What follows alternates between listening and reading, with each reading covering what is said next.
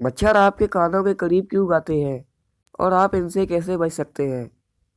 जबकि सिर्फ मादा मच्छर इंसानी खून पर खाना खिलाते हैं। मर्द और औरत दोनों ही वो पिसकी भभनाती हुई आवाज़ पैदा कर सकते हैं जो आपको रात को बेदार रखती है। ताहम वो ये सिर्फ इसलिए नहीं करते कि वो आपको नाराज़ करना चाहते हैं, उन्हें इसकी अपनी मजबूत वजूहात मिल गई है। मज़ीद डिस्कस करने से पहले अनस वॉइस को सब्सक्राइब करें और बेल आइकन को दबाएं। वो कान मून की तरफ राग़िब होते हैं। तहकीक के मुताबिक मच्छर जिस्म के बदबूदार इलाकों की तरफ राग़िब होते हैं। जब हम सोते हैं तो हम आम तौर पर अपने जिस्म को कंबल से ढांपते हैं, जिससे हमारे चेहरे बेनकाब हो जाते हैं। कान जिस्म के गंदे तरीन हिस्सों में से एक है, जिसकी वजह ये हो सकती है कि मच्छर उनके ऊपर मंडराना पसंद करते हैं। आपके जिस्म की गर्मी उनको अपनी तरफ खींचती है। उसके अंडे तैयार करने के लिए खाने की तलाश। एक खातून मच्छर जिस्म की गर्मी और पसीने का पता लगाकर इंसानों की तलाश करती है।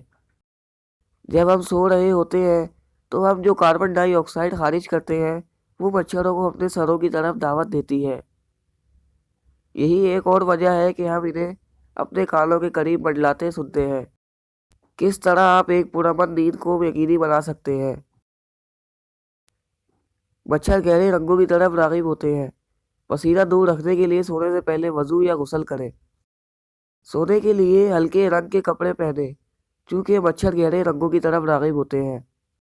तेज़ चलने वाले पंखे के नीचे सो जाएं। अपने कमरे में लेवेंडर, रोज़मेरी और कैटनैप जैसे पौधे लगाएं।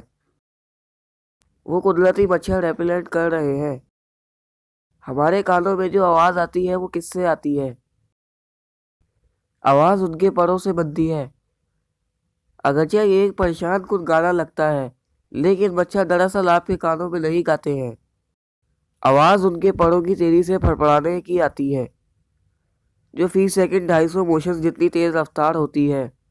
ये भी पाया गया है कि मच्छर आवाज़ें बनाकर एक दूसरे से बातचीत करते हैं और मिलन डुइट भी बना सकते हैं। क्या आपने कभी रात के वक्त आपके कानों में मच्छरों के गूंजने का तजुर्बा किया है? आप उनसे कैसे बचते हैं? कमेंट सेक्शन में बताइए।